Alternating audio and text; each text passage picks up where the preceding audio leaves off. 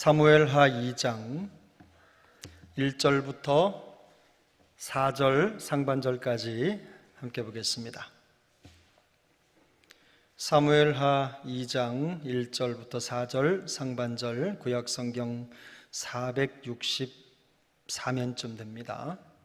주신 말씀 한 절씩 교독하겠습니다. 하나님의 말씀입니다. 그 후에 다윗이 여호와께 여쭈어 아뢰되 내가 유다 한 성읍으로 올라가리이까? 여호와께서 이르시되 올라가라. 다윗이 아뢰되 어디로 가리이까? 이르시되 헤브론으로 갈지니라. 다윗이 그의 두 아내 이스라엘 여인 아히노암과 갈멜 사람 나발의 아내였던 아비가일을 데리고 그리로 올라갈 때에 또 자기와 함께한 추종자들과 그들의 가족들을 다윗이 다 데리고 올라가서 헤브론 각 성읍에 살게 하니라. 유다 사람들이 와서 거기서 다윗에게 기름을 부어 유다 족속의 왕으로 삼았더라. 아멘. 오늘 함께 나눌 말씀의 제목은 마음의 왕좌에 하나님을 모신 사람입니다. 마음의 왕좌에 하나님을 모신 사람. 사무엘하 2장부터는 다윗이 이스라엘의 왕으로서의 모습이 본격적으로 나타나기 시작합니다. 특히 2장부터 4장, 5장에서 이스라엘 전체의 왕으로 기름을 부어 세움을 받는데 그 2장부터 4장까지는 다윗이 유다 지파뿐만 아니라 이스라엘의 모든 지파의 왕이 되기까지, 그 왕으로 세워지기까지의 숨가쁜 여정을 담고 있습니다. 다윗은 자신의 가족들과 망명지였던 블레셋 땅의 시글락에서 돌아온 이후에 유다 지파의 왕으로 세움을 받았습니다. 본문 1절에 보면 그 후에라고 하는 표현이 있는데요, 이것은 사울과 요나단의 장례를 치른 이후 시간을 말합니다. 다윗은 사울과 요나단의 전사 소식을 그가 정착해 살고 있었던 시글락에서 전해 들었습니다. 이스라엘이 블레셋 족속과 치른 길보아 산의 전투에서 사울과 요나단이 죽은 이후에도 다윗은 망명자의 신분으로 블레셋의 시글락에 여전히 머물러 살고 있었습니다. 다윗은 사무엘을 통해서 이스라엘의 왕으로 기름 부음을 받았습니다. 근데 이미 15년이라고 하는 시간이 훌쩍 지나버렸지만 이제 사울의 죽음으로 그 실현되지 못했던 일이 이루어질 순간이 된 겁니다. 그런데 곧바로 그 거처를 옮겨갈 수가 없었습니다. 왜냐하면 여전히 이스라엘을 무너뜨린 블레셋의 눈치를 봐야 했기 때문입니다. 얼마 후 다윗은 이스라엘 땅으로 거처를 옮겨 정착한 후에 먼저 유다 지파의 왕으로 세움을 받게 됩니다. 상황으로 볼 때 더 이상 블레셋 땅에 머물러 시간을 지체할 필요가 없다는 판단이 들었을 것입니다. 하지만 다윗은 이 행동을 감행할 때 그 전에 매우 신중하게 생각을 하고 행동을 합니다. 오늘 성경을 보면 다윗은 자신의 행동으로 옮기기 전에 먼저 하나님께 여쭈었습니다. 오늘 본문 1절인데요, 우리 다 같이 1절 말씀을 함께 읽겠습니다. 그 후에 다윗이 여호와께 여쭈어 아뢰되 내가 유다 한 성읍으로 올라가리이까? 여호와께서 이르시되 올라가라. 다윗이 아뢰되 어디로 가리이까? 이르시되 헤브론으로 갈지니라. 다윗은 유다 한 성읍으로 올라가도 되는지, 그리고 가면 어디로 가야 하는지 하나님께 여쭈었습니다. 이 여쭈어라고 하는 표현은 물론 우리가 여쭙는다라는 표현을 이미 익히 잘 알고 있습니다. 그런데 성경에서 쓰인 이 여쭈어라는 말은요, 자신에게 필요한 대답을 하나님께 찾으려고 하는 사람의 의지를 표현하고 있어요. 그러니까 다윗은 성급한 마음으로 섣부른 판단을 내리지 않겠다는 겁니다. 이처럼 중요한 결정을 앞두고 먼저 하나님께 여쭙는 다윗의 행동 방식에는요, 우리에게 정말로 중요한 신앙의 기본기가 담겨져 있습니다. 한 두 가지 정도를 살펴볼 텐데, 첫 번째 신앙의 기본기는 성도는 끝까지 하나님의 인도를 기다려야 한다는 것입니다. 사울이 죽었다는 것은 다윗에게 하나님의 뜻이 성취될 절호의 기회가 찾아왔다는 것을 의미합니다.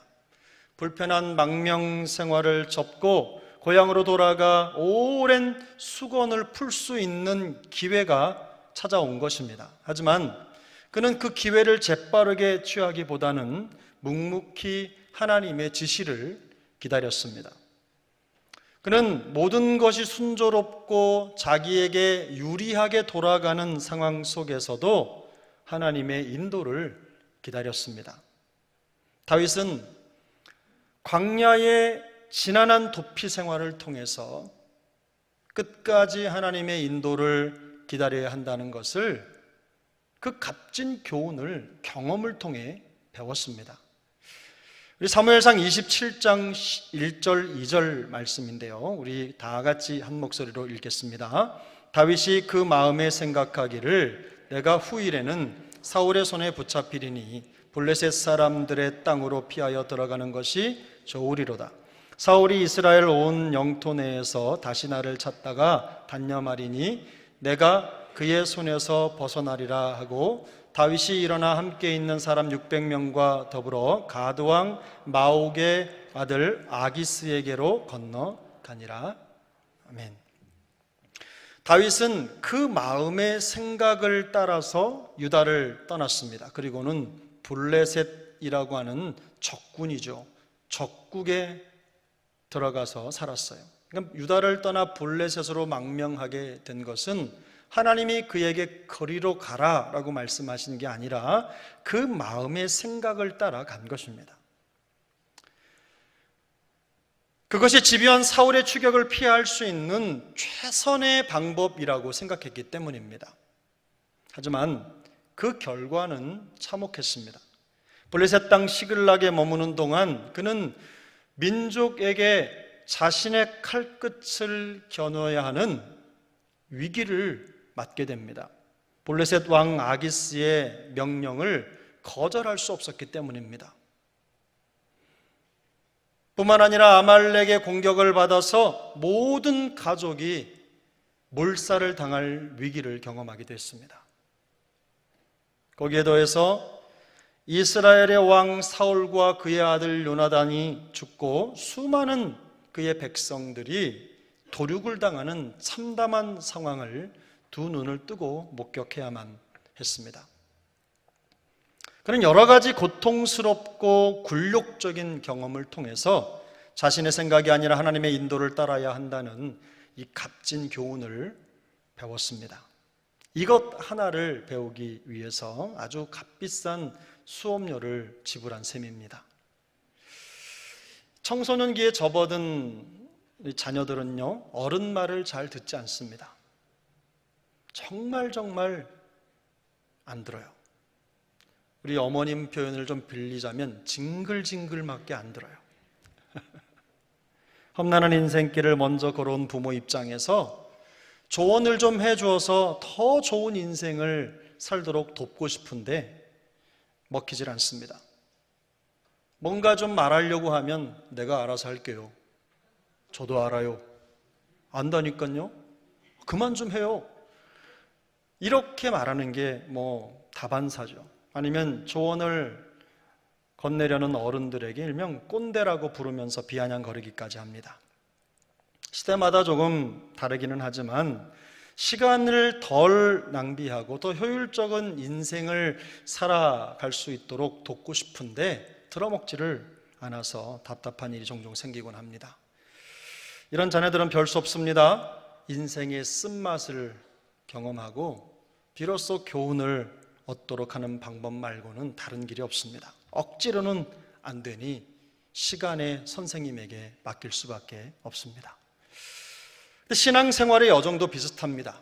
성경은 우리에게 더 완벽한 삶을 살 수 있는 비결을 가르쳐 줍니다. 성경 속에 있는 수많은 위인들이 자기의 인생 여정에서 좌충우돌하면서 얻어낸 최종적인 결론이 있습니다. 그런데 놀랍게도 이 최종적 결론은 거의 항상 같습니다.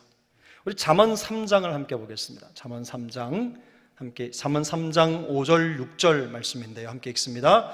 너는 마음을 다하여 여호와를 신뢰하고 내 명철을 의지하지 말라. 너는 범사의 그를 인정하라. 그리하면 내 길을 지도하시리라. 아멘. 신앙생활 좀 한 분이라면 이 말씀을 모르는 분이 없을 겁니다. 귀에 못이 박히도록 귓볼에 딱지가 않도록 많이 들은 말씀이에요. 너는 마음을 다하여 여호와를 신뢰하라. 내 명철을 의지하지 말라. 너는 범사의 그를 인정하라. 그리하면 내 길을 지도하시리라. 이 말씀은 다른 설명이 필요 없을 정도로 분명한 교훈을 전달합니다. 인정한다는 말은요, 경험에서 더 분명히 알게 된다라는 뜻입니다. 경험에서 더 분명한 지식을 갖게 되기 때문에 받아들인다는 거죠. 범사의 그를 인정하라 라는 말은 그래서 항상 하나님을 가까이 하며 그분을 알아가고 그 뜻을 따르라 이런 뜻입니다. 그리하면 내 길을 지도하시리라 라는 것은 그렇게 하면 하나님이 너의 길을 곧게 펴신다 이런 뜻입니다. 무슨 말입니까? 우리가 하나님의 인도함을 받을 때 우리의 인생이 가장 안전하고 형통하게 될 것이라는 말씀입니다. 우리가 모든 상황 속에서 하나님의 인도하심을 기다려야 하는 이유는 그것이 가장 지혜롭고 현명한 삶을 사는 길이기 때문입니다. 고린도전서 1장 25절은 말씀합니다. 하나님의 어리석음이 사람보다 지혜롭고 하나님의 약하심이 사람보다 강하니라. 사도 바울은 예수님의 십자가로 인류 구원의 뜻을 성취하신 하나님의 방법을 의심했습니다. 이 의심한 사람들에게 하나님의 어리석음이 사람보다 지혜롭다라고 항변을 하고 있는 것입니다. 이것은 하나님이 어리석다는 뜻이 아닙니다. 하나님의 방법은 언제나 사람의 지혜로움보다 더 뛰어나다는 뜻입니다. 이 세상이 어떤 사람이 어떤 지혜로 어떤 학식으로 하나님께 도돈장을 내밀어도 하나님을 넘어설 수 없다는 뜻입니다. 누구든 더 좋은 방법이 있을 것이라고 생각할 수 있지만 하나님 앞에서는 아닙니다. 그렇기 때문에 십자가에 못 박힌 예수님은 세상이 흉내낼 수 없는 인류 구원을 위한 최고의 방법이자 하나님의 최고의 지혜였습니다. 그러므로 하나님의 인도를 받는 것은 항상 최고의 결과를 보장받는 것입니다. 그러면 우리는 어떻게 하나님의 인도를 받을 수 있습니까? 우리는 성경 말씀을 통해서 하나님의 인도를 받습니다. 하나님은 성경을 통해서 가장 분명하게 말씀하시기 때문입니다. 또한 우리가 성경을 통해 하나님의 인도를 받기 위해서 우리에게 필요한 교훈과 가르침을 얻기 위해서는요, 반드시 성령의 도우심이 필요합니다. 성경은 사람의 뜻으로 낸 것이 아니라 성령의 감동하심을 받은 사람들이 하나님께 받아 말한 것이기 때문에 성령의 감동으로 기록된 것이기 때문입니다. 여러분, 저자직강이라는 말 들어보셨죠? 저자직강, 책을 쓴 사람이 직접 강의한다는 뜻입니다. 우리가 성경을 읽을 때 성경의 저자이신 성령님의 도움을 받는 것은요, 성경을 가장 잘 이해할 수 있는 첩경입니다. 만일 성경을 읽을 때 성령의 도우심을 받지 못하면 마치 시각장애인이 한낮에 밝은 대낮에도 앞을 볼 수 없는 것처럼 성경을 읽을지라도 말씀의 인도를 받을 수 없습니다. 많은 분들이 성경을 많이 읽는데 성경 속에서 말씀하는 진짜 의미를 발견하지 못하는 경우를 심심치 않게 목격합니다. 우리를 깨닫게 하시고 알게 하시는 성령 하나님의 도우심을 간절하게 사모하면서 성경을 차근차근 읽어 나갈 때 말씀의 인도를 받을 수 있게 되는 것입니다. 그러므로 모든 상황 속에서 하나님의 인도를 기다릴 수 있기를 바랍니다. 항상 말씀과 성령의 인도하심을 사모하는 우리 모두가 될 수 있기를 축복합니다. 두 번째로 우리는 하나님께 여쭙는 다윗의 행동 방식을 통해서 하나님은 항상 우리를 구체적으로 인도하신다는 것을 배웁니다. 하나님은 어떻게 하신다고요? 우리를 구체적으로 인도하십니다. 오늘 본문 1절을 우리 다 같이 한 번 더 읽겠습니다. 1절입니다.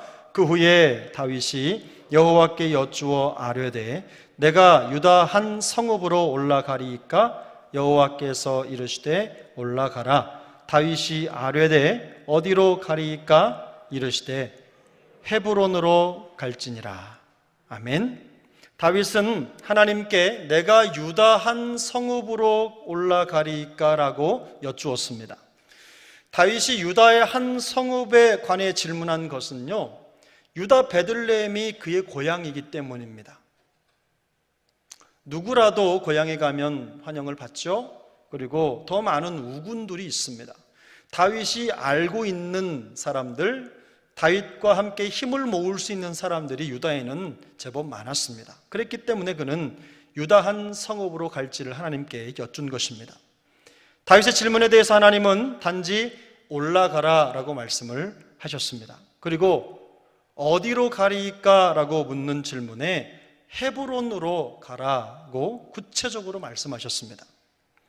이것이 우리의 기도에 응답하시고 우리의 삶을 인도해 가시는 하나님의 일반적인 응답 방식입니다. 하나님은 처음부터 단번에 모든 길을 보여주시지 않습니다. 우리가 신뢰하면서 한 걸음씩 믿음의 걸음을 계속해서 나아갈 때에 조금씩 더 선명하게 보여주시고 우리에게 응답해 주십니다. 그런 과정을 통해서 인도해 가시는 하나님의 방식을 끝까지 신뢰하고, 그리고 우리가 그 하나님의 방법을 신뢰하도록 우리를 훈련해 가시는 것입니다. 시편 37편 23절부터 27절까지의 말씀입니다. 우리 같이 한번 읽겠습니다.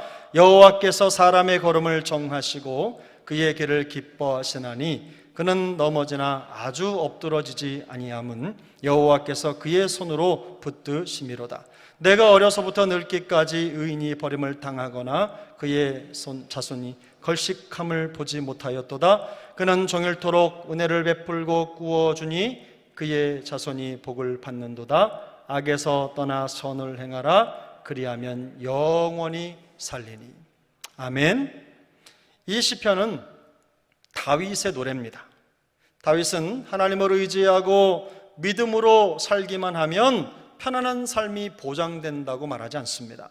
때론 넘어지고 때론 버림을 당한 것처럼 어렵고 고통스러운 순간도 있다는 것을 부인하지 않습니다. 하지만 그가 확신하는 것은 하나님이 인도하시는 대로 살아갈 때 주님이 우리를 기뻐하시고 우리는 가장 행복한 삶을 살게 된다는 것입니다. 때론 넘어질 수 있지만 완전히 좌절하지 않는 것은 주님께서 우리의 손을 여전히 붙들고 계시기 때문입니다. 하나님은 항상 그의 자녀들에게 은혜를 베풀어 주시기 때문에 우리는 결코 실패할 수 없다는 것입니다. 하나님은 우리가 끊임없이 하나님을 의지하게 하셔서 하나님으로부터 공급되는 영혼의 유익을 누리며 살아가도록 하시는 것입니다. 하나님은 어디로 가리까? 라고 묻는 다윗에게 헤브론으로 가라고 대답을 하셨습니다. 우리 성경에는 헤브론으로 갈지어다 이렇게 완성된 문장으로 번역을 했습니다. 그런데 원문 성경을 보면 그가 말했습니다. 헤브론으로 이렇게 기록이 되어 있어요. 이런 겁니다. 주님, 제가 어디로 갈까요? 라고 하니까 하나님이 뭐라고 했어요? 헤브론! 이렇게 말한 거예요. 헤브론! 한번 해보시죠. 헤브론! 그렇게 말씀하신 거예요. 그 다윗은 자기가 가야 할 정확한 위치를 듣고 그쪽을 향해 갑니다. 근데 이 헤브론은 유다 지역의 산지 이름이기도 하지만 더 중요한 영적인 의미가 담겨 있습니다. 과거 아브라함은 이 헤브론에서 하나님 앞에 제단을 쌓고 예배를 올려드렸어요. 뿐만 아니라 헤브론은 믿음의 용장이죠. 믿음의 용장 갈렙이 여호수아에게 요청해서 분배받은 그의 땅이었어요. 믿음의 땅이죠. 그런데 이 헤브론이라고 하는 말은요, 그 어원이 연합, 교제라는 뜻에서 온 말입니다. 그러므로 하나님께서 다윗에게 헤브론으로 가라고 하신 것은 단지 그가 가야 할 한 성읍을 가르쳐 주신 것이 아니라 그것보다 더 깊은 의미가 담겨져 있어요. 주님은 다윗이 하나님과 더 깊은 교제의 관계로 들어가야 된다는 것을 말씀하고 계신 겁니다. 사실 다윗의 입장에서 지금 살고 있는 시글락을 떠나서 유대 땅에 들어간다는 것, 그리고 더구나 그 땅에 들어가서 왕으로 세워졌다는 것, 이것은요 엄청난 모험입니다. 유다 왕이 된다는 것은 바로 강국 블레셋의 적이 된다는 것을 의미하기 때문입니다. 사울왕과 요나단을 죽인 블레셋은 결코 만만한 상대가 아닙니다. 지금 다윗은 막강한 블레셋의 적이 될 것인가, 아니면 그들과 화친하며 지낼 것인가를 선택해야 하는, 인간적으로 보면 계산이 앞서는 지점에 서 있는 겁니다. 그는 선택에 따라서 자칫하면 모든 것을 잃어버릴 수도 있습니다. 그런데 바로 그때 하나님은 다윗에게 헤브론으로 가라고 말씀하십니다. 유다에 많은 성읍이 있는데 왜 하필 헤브론으로 가라고 하셨습니까? 하나님이 그를 헤브론으로 가라고 하셨다는 것은 다른 무엇보다도 하나님께 더 가까이 나아가라는 뜻입니다. 하나님과 더 깊은 연합을 이루는 자리로 나아가라는 말씀입니다. 그에게는 하나님과의 관계 회복이 무엇보다도 중요했기 때문입니다. 하나님의 백성, 이스라엘의 왕이 될 사람에게 가장 중요한 것은 창과 칼로 무장을 하고 국력을 키우는 것이 아닙니다. 바로 하나님과 더 친밀한 관계를 이루고 하나님과의 관계를 회복하는 것, 바로 그것이 다윗에게는 가장 중요한 일이었습니다. 성도에게 가장 중요한 것은 소유가 아닙니다. 성도에게 가장 중요한 것은 하나님을 가까이하며 주님과 더 깊은 관계로 들어가는 것입니다. 주님과의 관계가 회복될 때 인생의 모든 문제가 해결되기 때문입니다. 하나님과의 관계를 회복하기 위해서 세상의 유익을 내려놓는 것은 무모한 선택이 아닙니다. 오히려 모든 것을 얻는 가장 현명한 선택입니다. 다윗은 지금 그 가장 현명한 선택을 한 것입니다. 신앙의 침체에서 벗어난 사람들에게 나타나는 회복의 증표가 있습니다. 그것은 하나님께 여쭐 것이 더 많아진다는 겁니다. 힘이 있을 때는 나 혼자 살아가도 될 것 같은 그런 상황에서는 하나님께 절대로 여쭙지 않아요. 그런데 하나님 앞에 하나님과의 관계가 회복되면 하나님이 더 탁월하시다는 걸 알기 때문에 그분에게 조언을 구하는 겁니다. 하나님께서 그의 삶을 더욱더 구체적으로 인도해 주시기를 바라기 때문에 그들은 하나님께 여쭙습니다. 그래서 더욱더 많이 기도하고 점점 더 많이 하나님의 말씀을 읽고 그 말씀을 묵상하는 일에 마음을 쏟게 되는 것입니다. 시편 43편 3절은 이렇게 노래합니다. 주의 빛과 주의 진리를 보내시어 나를 인도하시고 주의 거룩한 산과 주께서 계시는 곳에 이르게 하소서. 우리 한번 읽겠습니다. 주의 빛과 주의 진리를 보내시어 나를 인도하시고 주의 거룩한 산과 주께서 계시는 곳에 이르게 하소서. 아멘. 시인은 모든 상황 속에서 말씀의 빛과 진리로 인도함 받기를 기도하고 있습니다. 왜냐하면 그것이 가장 안전하고 가장 행복한 길이기 때문입니다. 바라기는 우리 모두가 말씀의 빛과 진리로 점점 더 구체적인 인도하심을 받는 그런 삶의 여정을 걸어갈 수 있기를 바랍니다. 우리 가정과 삶의 현장이 우리 주님과 더 깊은 교제를 나누는 영적인 헤브론이 될 수 있기를 축복합니다. 이제 말씀을 정리하겠습니다. 성도에게 있어서 가장 중요한 것은요, 모든 상황 속에서 끝까지 하나님의 인도하심을 기다리는 것입니다. 자기의 생각이 아니라 하나님의 방식대로 행하면서 하나님의 구체적인 인도를 받는 것입니다. 그러므로 조금 늦어지는 것 같더라도 끝까지 하나님의 인도하심을 기다려야 합니다. 현실적인 위험 요소가 있을 수 있습니다. 어려움이 있어도 끝까지 말씀에서 길을 찾고 주님과 더 깊은 관계를 회복하기 위해 힘써야 합니다.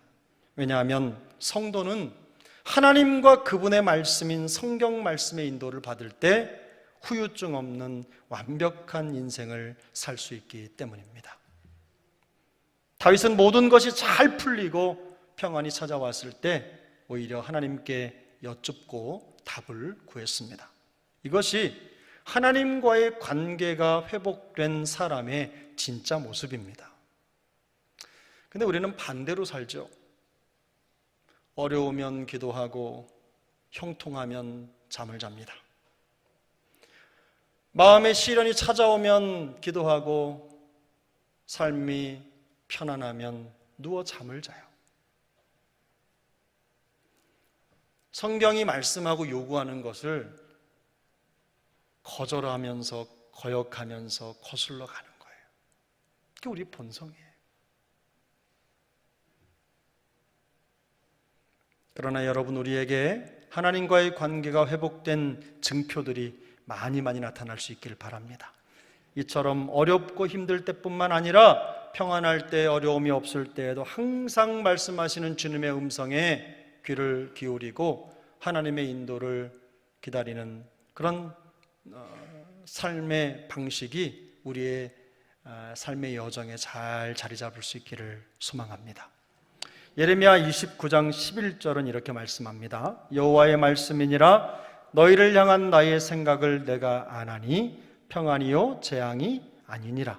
너희에게 미래와 희망을 주는 것이니라. 우리 같이 한번 읽겠습니다. 여호와의 말씀이니라 너희를 향한 나의 생각을 내가 아나니 평안이요 재앙이 아니니라. 너희에게 미래와 희망을 주는 것이니라. 아멘. 하나님은 우리에게 평안과 희망을 주기를 원하십니다. 혹시 지금 현재의 상황이 이해할 수 없는 환경에 놓여 있다는 생각이 들더라도 끝까지 주님의 인도하심을 기다릴 수 있기 바랍니다. 평안과 희망을 주시려고 하는 우리를 향한 하나님의 생각을 깨달을 수 있기를 소망합니다. 우리를 영적인 헤브론으로 이끌어내시고 더 깊은 교제의 관계를 회복하시기 원하시는 주님의 마음을 깨닫게 되기를 바랍니다. 그래서 마음의 왕좌에 하나님을 모신 사람이 누리는 평안과 행복과 축복의 주인공들이 되시기를 예수님의 이름으로 축복합니다. 기도하겠습니다.